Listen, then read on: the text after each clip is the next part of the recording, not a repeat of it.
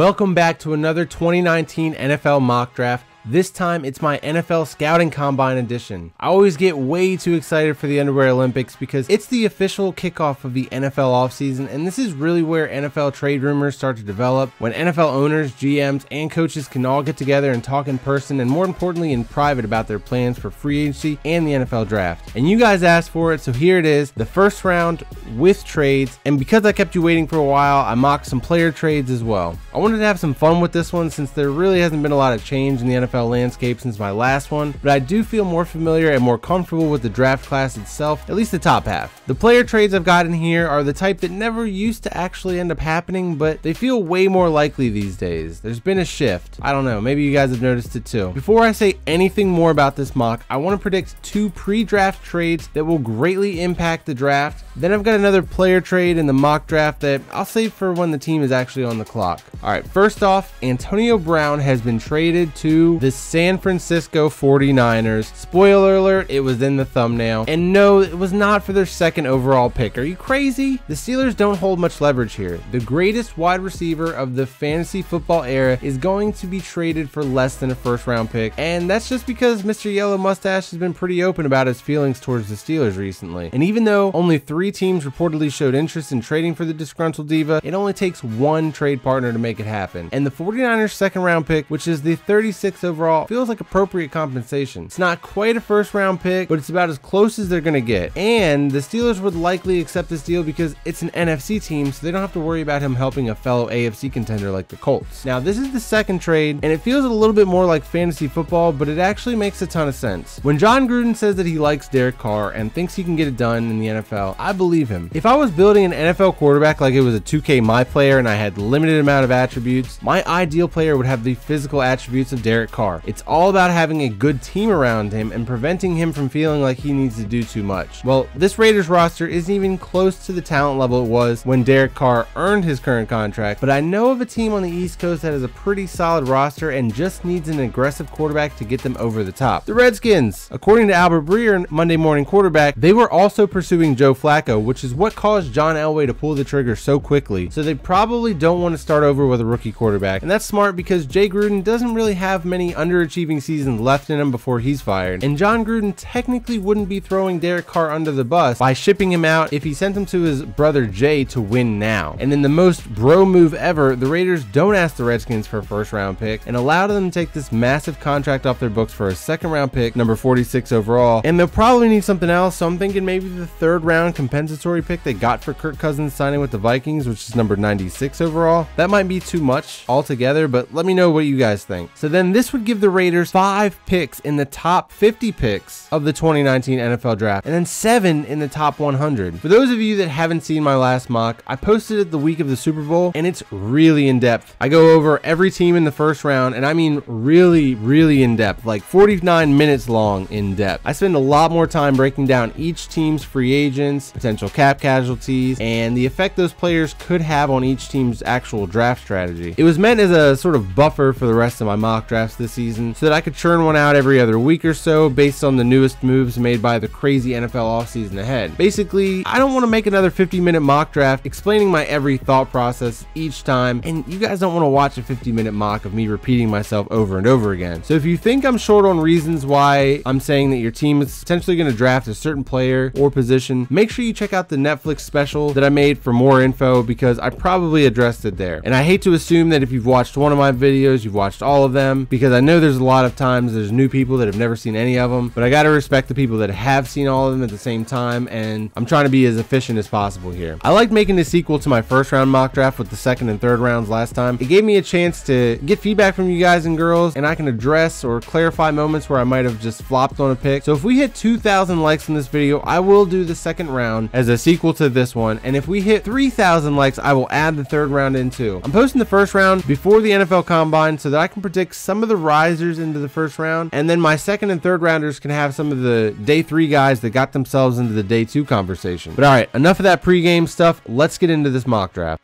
And here we go. Let's start this mock draft off with a bang. Now that the most draft-rich team has a need at quarterback, they move up to get a guy that Gruden is probably drooling over already. The Raiders got $15 million off their books by trading Derek Carr and take the cap penalty now so that they can really breathe moving forward in this rebuild. I haven't been a big fan of this Raiders rebuild thus far because I don't think the Raiders are going to collectively get better players than Khalil Mack and Amari Cooper from the draft picks that they've acquired. And the move to Las Vegas would be way more exciting with a guy like Kyler Murray to build around, but in the meantime, let the speculation of Kyler playing football for the Raiders and baseball for the Oakland A's build up the hype. Somewhere in an alternate reality, the Cardinals keep this pick, select Kyler Murray, and trade Josh Rosen to the Patriots. I don't think that's going to happen, but I did go into detail in my Cardinals 7-round mock draft about why I think it's smart for the Cardinals to keep playing into this scenario, because that's just how you play this game.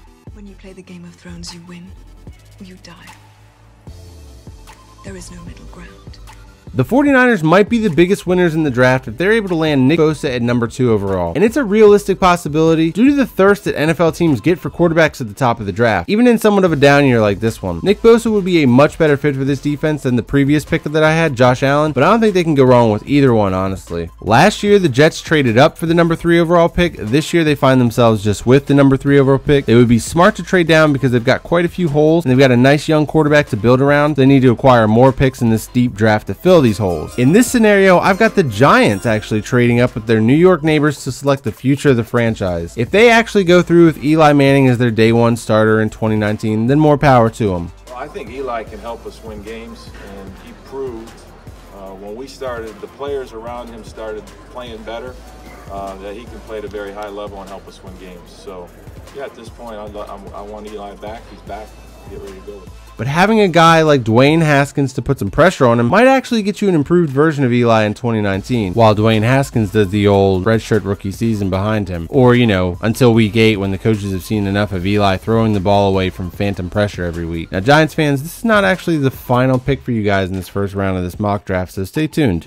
So I didn't even mention what the Cardinals got in their trade with the Raiders. In this scenario, they acquired an extra 1st, 3rd, and a 2020 first-round pick for moving down 3 spots, which might seem like a lot to pay for the Raiders, but not when it's for a guy that you think can be a transcendent player like Kyler Murray. This trade down also allows the Cardinals to build around the safer option at quarterback in Josh Rosen and get the second best pass rusher in the draft. Josh Allen is actually an even better scheme fit for the Cardinals than Nick Bosa and would be like a Chandler Jones little mini-me for the next couple seasons. I know Bradley Chubb had a big impact as an outside linebacker in Vance Joseph's 3-4 scheme last year, but he might actually be a bit better of an athlete than Nick Bosa. That's why I think that Josh Allen is an ideal scenario for them if they can trade down like this. And if you saw my 7th round mock draft, you see that Jonah Williams is also a great idea for them.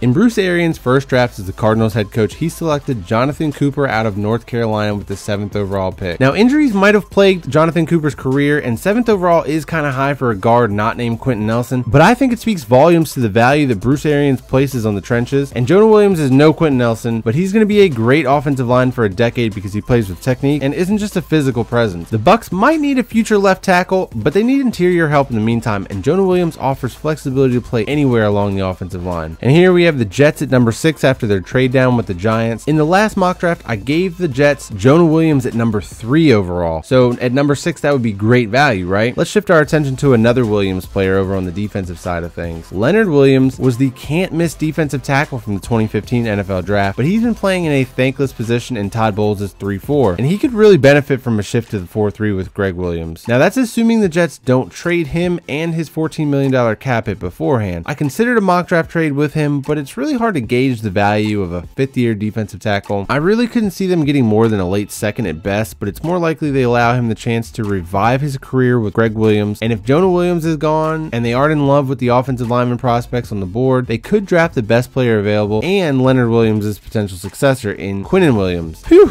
that is a lot of Williamses involved there. Everybody expects the Jaguars to trade up for a quarterback, but quarterbacks aren't the only thing the teams will trade up for. The biggest needs for the Packers and Lions happens to be on the defensive side of the ball. I don't expect the Packers to fill their holes in free agency because that's not really their style. And I guess you could argue that trading up's not really their style either. But with an extra 1st rounder this year, I could see them feeling like jumping in front of the division rival Lions to secure a guy that they really want and avoid having to potentially see him twice a year. Kind of like what happened with Roquan Smith last year. In the first mock, I had them taking in Clelin Ferrell to stop his slide, but I didn't feel good about it. He's not an ideal fit as an edge in their 3-4, but I convinced myself because their defensive coordinator Mike Pettin has a 4-3 background and could feature a lot of hybrid looks. The 3-4 pass rushers feel like a bit of a reach here, although I had Brian Bird slotted here for a minute with the Jaguars. To me, it's Devin White who has a higher ceiling than any other linebacker in this draft class. He's probably going to be coveted by every team slotted within the next 6 picks, and he would be a centerpiece for any defensive scheme. So the Packers need to be aggressive here and get a new leader of their defense with Clay Matthews moving on in free agency. With the Lions pick, I'm making one of the first corrections, or I guess you could call it a revision, to my last mock draft. I don't feel like it was the wrong pick by giving the Lions Ed Oliver, but I think that Lions fans are correct in that there are quite a few interior defensive line prospects on this team already, and Ed Oliver is not going to give you much as an edge rusher. So it's likely that his fall will continue past number 8 overall unless somebody trades up for him. That leaves Clelin Ferrell, the guy I was just talking about, as the obvious choice to fill the void left by Ziggy Ansah moving forward. Devin White would have been the pick had the Packers not jumped up in front of them, but there's definitely no other linebacker worthy of a top 10 pick in this draft class.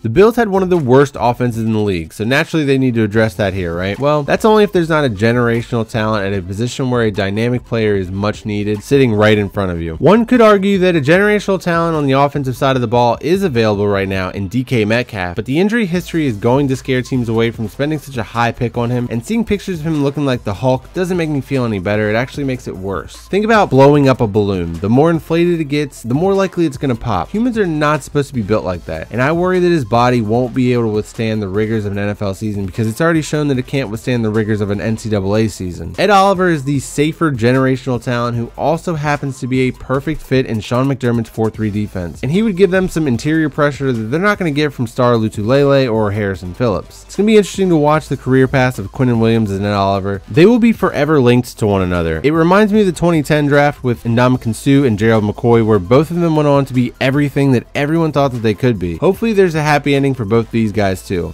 No, not that kind of happy ending, Robert. I'm still super confused by the Broncos giving up a 4th round pick for Joe Flacco because nothing we've seen from him in the past few years makes me think that you're going to get a higher level of play out of him than you got out of Case Keenum. I mean, they really spent a 4th round pick in a really deep draft class to get a guy that wouldn't even be a good mentor to a young quarterback, as we saw with him and Lamar Jackson last year. Case Keenum, however, saw the writing on the wall when he signed his 2-year deal and knew that it was unlikely he was getting extended after that 2018 performance. But he's the type of guy that would have gladly gone into 2019 as a bridge quarterback for you and probably really help you bring along a young prospect. Now you've got grumpy old Joe behind an even worse offensive line than he had in the past few years in Baltimore. I don't know what John Elway is doing, but sometimes it feels like he's grasping at straws, and now he's feeling the pressure to produce immediately, so he's acting out accordingly. My thoughts and prayers go out to you guys in Denver, and honestly, who knows what they're going to do with this draft pick. Byron Murphy makes the most sense to me at this point. He's damn near a clone of Chris Harris Jr., but check this scenario out. What if John Elway says, screw you, Joe, you will eat this white dog crap, and drafts Drew Lock anyways? They could cut Joe Flacco at any time with no dead money, and then they didn't have to use more than a 4th round pick to throw other teams off the scent that Drew Lock was still their guy. I know we'll never hear John Elway admit that if this was actually the case, but it's actually a pretty good backup plan because trading into the top 10 for Drew Lock would have cost way more than just a 4th round pick, and now, by eliminating that urgency, you didn't have to trade up to get him.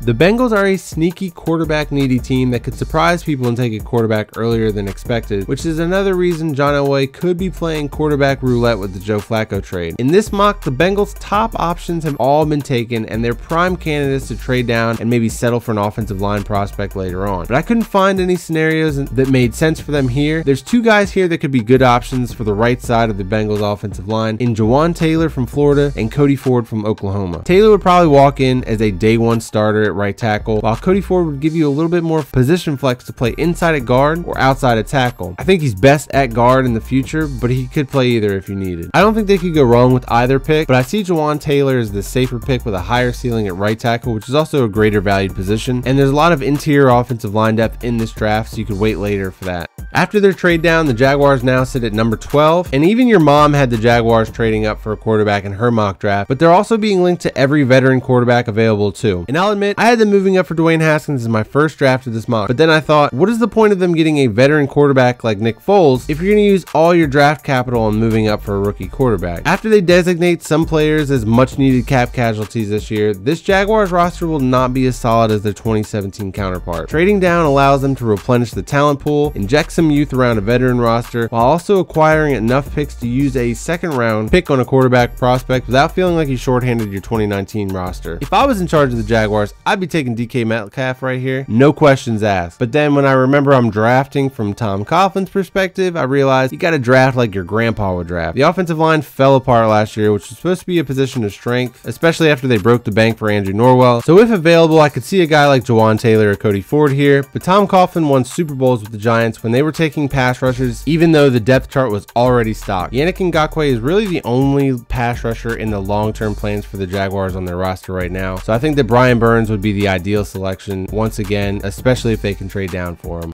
The Dolphins are in a strange place. I like the hire of Brian Flores, but I've liked the hiring of previous Patriots coordinators before, and they don't have a great track record. And the team is likely hitting the reset button and may even be in for a tank season after the owner said that he wanted to acquire a top 2020 draft pick for Tua Tagovailoa. And even though Christian Wilkins is still on the board, I've wavered a little bit slightly on that pick because there's so much defensive tackle depth that I actually see teams avoiding drafting it early on because they know they can get it later on, which is going to push the entire group down a little bit. But the right side of the Dolphins offensive line could be potentially scrapped altogether. I was slow to see Cody Ford for what he is, guys. I understand that. Last draft I had him fall into the very top of the second round, but now I see he's definitely a top 20 pick in this draft, and I'm trying to place more value on right tackles moving forward. And I actually think that Cody Ford is a top guard at the next level, so even if the Dolphins bring in Jawan James on a new contract, they could kick Cody Ford inside to play guard and get really great value out of him. I wanted to give them Kyler Murray in this draft. I really did. I tried giving them Lamar Jackson in last year's mock, but I don't think that they're going to set up a Bill Belichick guy from the school of no nonsense with a guy like Kyler Murray that's going to need a non-traditional offense tailored around him. I actually think that these last three teams, the Bengals, Jaguars, and Dolphins, are prime candidates for trading into the end of the first round for one of these quarterbacks with second round talent like Daniel Jones or Will Grier.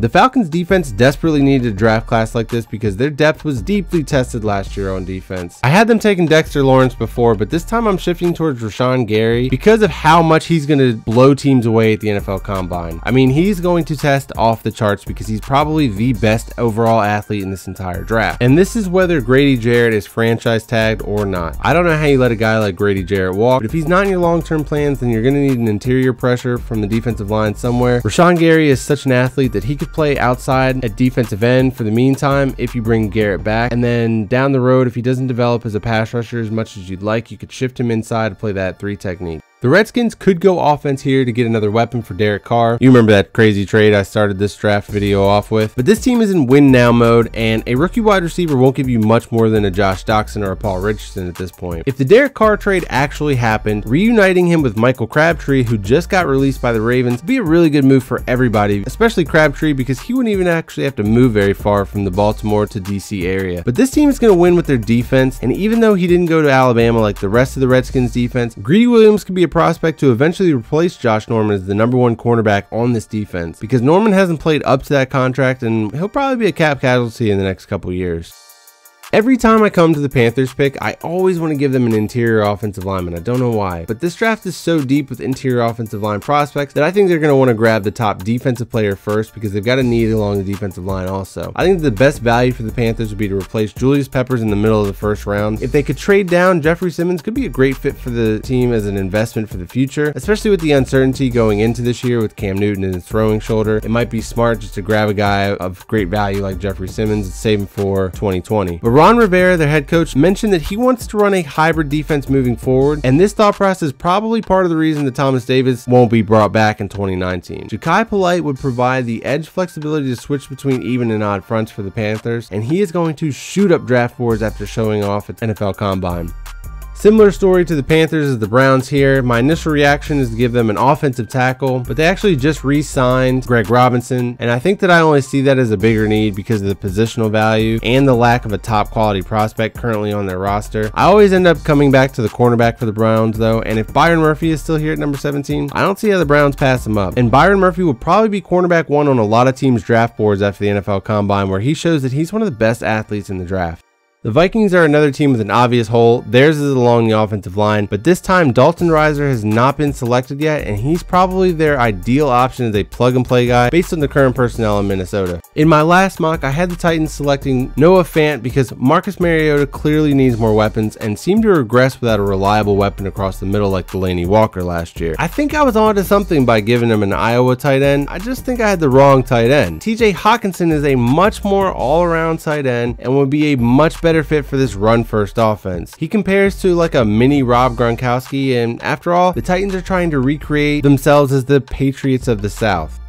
If it ain't broke, don't fix it. I'm talking about the Steelers pick here being DeAndre Baker, not the Steelers secondary, because that's obviously broke as a joke. I go into greater detail why I don't think the Steelers get the Ryan Shazier replacement here in my last mock. I've heard rumors that DeAndre Baker, though, might not be the best locker room presence to deal with, so this could change if something comes out about that in the future, because the Steelers don't need to add anything but Boy Scouts to that current locker room. But I'm not going to downgrade somebody in my mock drafts based on slander from some fat white beat reporter until I'm proven otherwise. Apparently, some Seahawks fans weren't overly happy with my previous mock selection of DK Metcalf to the Seahawks because of their GM John Schneider. Apparently, he doesn't take first-round wide receivers. Well, I've got news for you. There hasn't been a wide receiver with the ceiling that DK has for a long time. This will probably be the last mock that I have Metcalf outside of the top 20, so really, it's unlikely that they even have a chance. But for now, I can't think of a better upgrade for the Seahawks passing attack than DK Metcalf. They need a bigger guy because all they've got is short, shifty, quick guys. This would be the perfect centerpiece to all the other receivers that they have, that they could complement DK Metcalf and everything could come together. But like I said, you guys aren't going to have a chance at him anyways. You'd think the release of Michael Crabtree would reinforce my previous pick of N'Keal Harry, but it actually makes me waver on it a little bit. Yeah, the Ravens are going to save like $7 million, and Crabtree basically vanished from the offense once Lamar Jackson took over, but I just don't think that they're going to value wide receivers that highly in this offense. If I'm completely wrong about that, then I stand by Harry being an ideal fit with them because he's a big rack yardage wide receiver and would simplify their passing game by being more horizontal before going vertical. But this run-heavy offense is going to need to be complemented by a strong defense. So I can see them reinforcing that side of the ball in the first round. Their quarterbacks are set. Even if they move on from Jimmy Smith this offseason as a cap casualty, but Nazir Adderley could be that center fielder to replace Eric Weddle either this year or next. I'm not saying that he's as good as Ed Reed, but he's one of the better single high free safeties to come into the draft for a long time. My previous pick for the Texans was a right tackle, and now this pick is a left tackle. Honestly, it doesn't matter who they take, but this offense has got to do a better job of pass protecting for Deshaun Watson. Yadni Kajus is more athletic than David Edwards and has more potential to play left tackle than the career right tackle from Wisconsin, but the Texans don't have a great track record when it comes to drafting O-linemen, so your guess as to who they'll take is as good as mine. With the bonus first-round pick acquired from trading down a few spots, the Cardinals are set up to address another important need along the trenches. I'm not sure if David Edwards is going to be the type of offensive lineman that Cliff Kingsbury is looking for to fit his offense, but he's the best guy left in my opinion, and the Cardinals really need a right tackle. If he's looking for a more athletic guy with a higher ceiling on the offensive line, then Greg Little would be a solid option, but he's also got a lower floor, whereas Edwards is a safe bet to be just a really solid and reliable guy without any kind of wow factor. And with the trade down, the Cardinals leave day one with Josh Allen and a top offensive tackle and a future #1 instead of Nick Bosa. Let me know what you guys think, and would this be a good move for them? The Eagles could go a multitude of ways here depending on how the board falls. They're in an ideal trade down scenario, but might pass after doing it last year. They need to look for defensive line help at some point because this defense relies heavily on controlling the line of scrimmage. They won a Super Bowl with a rotation of basically Pro Bowl talent, but we're asking a little too much of Fletcher Cox last year. This is actually the highest I could see Jeffrey Simmons going after that torn ACL, although it could be that he comes to mind for the Eagles because everyone always compares his situation to Sidney Jones's. If they are truly looking for a defensive lineman in this draft and in the first round, another option would be to take one of those Clemson defensive tackles that are still on the board because either one of them could help the rotation in 2019. In the last mock, I had them trying to improve their offensive line depth with Greg Little, but I'm leaning more towards them spending this first rounder on another playmaker for the offense because Carson Wentz is your starting quarterback now, guys, whether you like it or not, for better or for worse. They don't have a great cap situation in Philadelphia, so I'm assuming they won't be signing Le'Veon Bell or any of the other top free agency guys. Re-signing Golden Tate might even be too rich for them at their current cap, but the compensatory pick was always the backup plan in this scenario for them. Their current stable of running backs all seem like good complementary guys, but none of them look like they are the guy. So, you know, naturally, the top running back in this class is a guy that didn't shoulder the load in college either, but that's actually to his benefit because Josh Jacobs has clearly got the skill set for it. He just played for a team that was like 4 deep at the position. Of course, after I already had the mock set and ready to go, I see this tweet that the Eagles are meeting with David Montgomery right out of the gate at the NFL Combine. I think if they were able to get him with their second round pick, that it would be amazing value, but it's a little bit unlikely in my eyes, and it only reinforces the idea that they are going to draft a running back in April. It's only a matter of when. Josh Jacobs would still be a solid option for them, and I think that he is the best running back in this draft, but I really am a big fan of David Montgomery. I just think he's going to go at the top of the second round.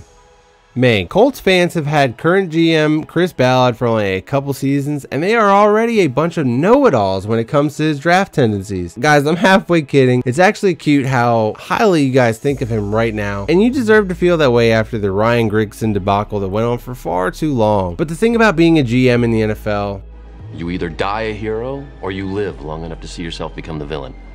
as long as Andrew Luck stays healthy, I think this Colts team will be a contender in the AFC regardless of who the hell the GM is. I was really happy to see him bounce back from that shoulder injury because I was really honestly worried that he was going to be the next Chad Pennington like 2.0. And I stand by Kelvin Harmon being the perfect safe option to fall back on for the Colts at number 26. It would fill a need, it would complement T.Y. Hilton perfectly. I gotta assume that those of you that don't get excited about Kelvin Harmon don't know what kind of player he is, but for the sake of pleasing Colts fans, I took a look elsewhere to improve this team in the first round. Now, I will agree with some of you that the Colts could probably just cycle in some veteran wide receivers with Andrew Luck, and this offense is going to produce, especially now that their offensive line is set up. Chris Ballard recently said that he wants this team to be known for being strong in the trenches, and even though I teased Tom Coughlin for his old school approach, I can definitely appreciate that it's very smart to build your football team that way. In this mock, Christian Wilkins has fallen into the Colts' lap, and I can't think of a better option for them. This has to be one of those ideal scenarios for them heading into the draft, but if there's someone that they love, they might want to find a way to jump in front of the Eagles in real life because they both have pretty similar needs and philosophies on how they build their teams, and it would suck to see a guy that you really want and you were waiting to fall into your lap go the very pick before you.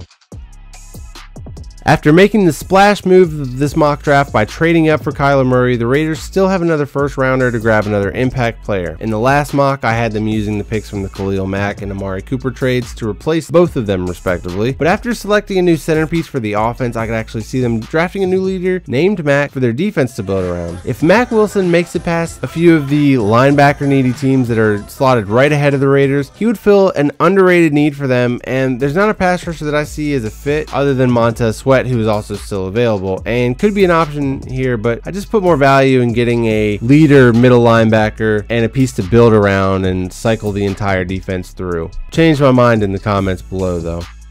The Chargers had to be hoping that Mack Wilson would fall into their laps again, but he was snatched up by their division rivals this time around. The 2019 option on Corey Liegett's contract won't be picked up, which means you can add him to the free agency list that I've already got here. He's also coming off surgery for a torn quad in December, and even though the team declined the option, I think he's still very much in their plans for the future because it wasn't that long ago that he was probably the best defender on this team, but injuries and scheme changes have really limited his production, and therefore he's been kind of unknown. Declining the option on the contract saves the Chargers $8 million, so a 28-year-old coming off a suspension and a season-ending surgery could be brought in for a much cheaper team-friendly deal. Now, I've been trying to mock them a true nose tackle for a few years now, and even though they're running a 4-3, I think that Dexter Lawrence would be really fun to watch play the one technique between Joey Bosa and Melvin Ingram, and then with Corey Liegett as the 3 tech. They're going to rebuild the depth at defensive tackle with everybody's contracts expiring, so don't be surprised that they actually draft multiple interior defensive linemen in this draft.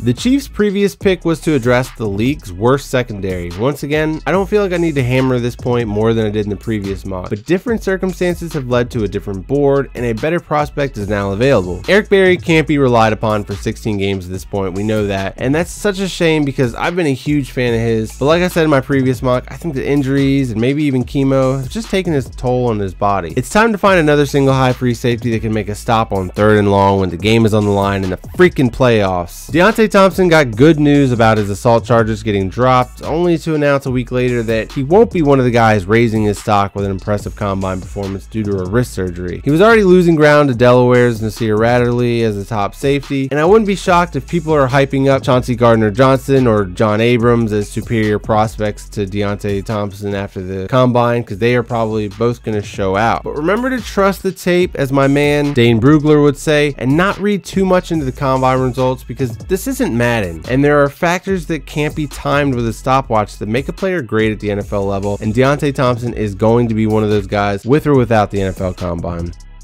The Packers were able to trade up to get a centerpiece for their defense without having to get up this first round pick. And even though I went defense with both first rounders in the last mock, I think they can stand to add a weapon for Aaron Rodgers if someone dynamic falls to them. Now that's assuming that they don't trade down here, because it is such a prime spot to do so, so I wouldn't blame them if they did. But Noah Fant is one of my favorite players in this draft, and I had to have him go in the first round somewhere, and this is the best fit I think that I could find for him. I love the skill set that he would bring to a modern NFL offense. He's basically a big wide receiver in a tight end's body, but unlike Jimmy Graham, he's not useless as a run blocker. Jimmy Graham, he's not going to be with the Packers after 2019. Hell, he might not even make it to the second day of the draft if they landed Noah Fant in the first. Every good offense has a dynamic tight end that can create mismatches, and Noah Fant would be able to make a bigger impact in 2019 than a rookie wide receiver would for the Packers. The Rams are such a hard team to mock for because there's so many different ways that they could approach their own free agents, which would greatly impact the way that they attack the draft, and then having to wait until the 31st pick means that they've got to take a wait and see approach come draft night. I went safe with an edge rusher the last time because I'm assuming Dante Fowler will be offered way too much money in free agency, because it's just what happens to pass rushers, and I'm afraid I'm sticking with that thought process until I hear otherwise. Montez Sweat isn't as athletically gifted as Ja'Kai Polite, but it's still really good value to get on a pass rusher of his caliber at the end of the first round. And there aren't too many people that could challenge Aaron Donald and his motor, but Donald and Sweat would give the Rams two dogs that Wade Phillips could just unleash on defense. The Patriots trading Brandon Cooks for a first round pick a year after they traded a first to get him was very odd to me, especially when they drafted an offensive lineman with the pick. But then you hear the reports that they were actually aggressively pursuing a trade for Odell Beckham Jr., and it makes a little bit more sense. They were trying to acquire more draft capital to trade for him. They were unsuccessful obviously in trading for him last year, and these sons of bitches, they went and they still won the damn Super Bowl. They were aware they needed to improve their weapons in the passing game, and I'm predicting that this year they step up the effort a little bit to get him, but that's not happening without the 32nd overall pick included in this trade. The only thing that can make this not work is the cap situation. Now, I couldn't find any information on this, but I'm sure if they wanted to make it happen, they could find a loophole for the trade to be designated as a post-June 1st transaction. If any of you guys know the ins and outs of this, please let me know in the comments. And I wish I could predict that the Giants would do something really exciting with this first round pick that they acquired, but I think that they probably most likely follow in the Patriots' footsteps and draft an offensive lineman with it in Greg Little. Greg Little might remind them too much of Eric Flowers, so maybe not, but I bet you if David Edwards was still available that he would be a slam dunk for them in this scenario.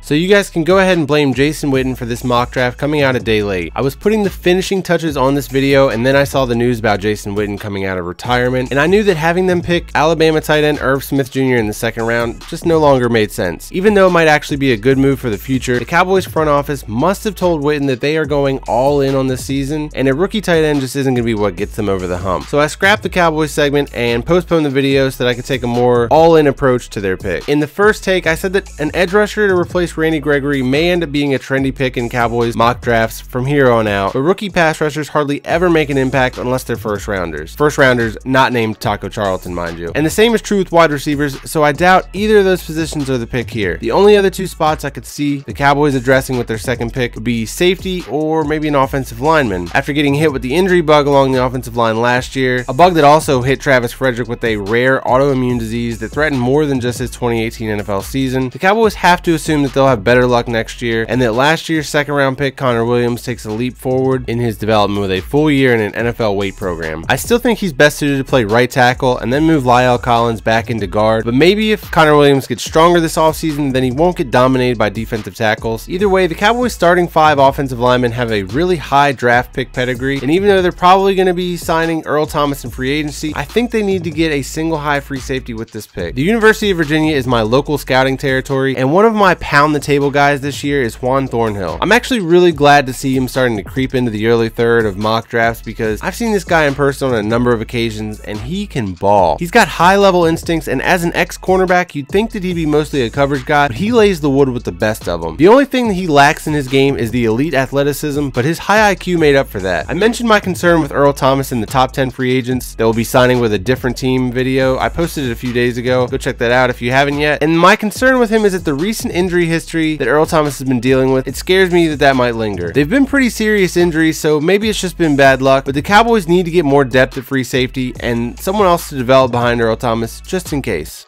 The Saints are going to need a solid draft class to shore up just a few of their deficiencies because they don't have a ton of cap space, yet they return almost an entire team that was a missed call away from the Super Bowl. Des Bryant didn't work out, but I wouldn't be surprised to see their first pick to be another pass catcher. Last time I had Caleb Wilson out of UCLA, but this time I switched to JJ Arcega-Whiteside, honestly just to switch it up. I think he's going to be gone for this, personally, but I used the Draft Network's new draft simulator, and he was there multiple times, so I figured, hey, why not? Typically, I don't think it's a great idea for a Super Bowl contender to use their top draft pick on a rookie wide receiver, but rookie wide receivers don't seem to have as steep of a learning curve when playing with Drew Brees. It sounds like the Bears are interested in drafting a running back higher than I would have thought with Jordan Howard and Tariq Cohen under contract. Sounds like they're also looking and fielding for offers for Jordan Howard. I know the excuse that he doesn't fit the scheme is what they're saying, but the top coaches mold their scheme around the personnel, and on paper, the Bears already have a 1-2 punch at running back that most teams would dream of. If Matt Nagy is looking for a Kareem Hunt mold, then look no farther because I have got him for you. I don't know why Darrell Henderson is not getting more pub, but this dude is going to be a running back steal in the 3rd round. If he falls any farther than that, then just shame on these GMs because I honestly can't find any holes in his game. That's going to do it for the 1st round, plus the 3 guys that don't have 1st round picks. Remember, you guys, these mocks are just for fun. The speculation of who goes where is one of the best things about the NFL draft, so don't hold me accountable for these mocks down the road. To be honest, I just went back and watched some of mine from last year, and woof, they seem just dumb now. But in my opinion, it's more about identifying needs than it is knowing the exact player that goes where. And the conversations and the scouting are my favorite parts of the whole draft process. I hope you guys will also bring a positive attitude to the comment section because I love interacting with y'all down there. Once again, thanks for watching until the end. I appreciate everybody that is out there liking, commenting, and subscribing to my videos. I'm enjoying the juggle of taking my wife to 2 or 3 doctors' visits while we wait for her to burst with these twins. It does seem like they're going to come any day now, so stay tuned. But until then, I will see you guys in the next video.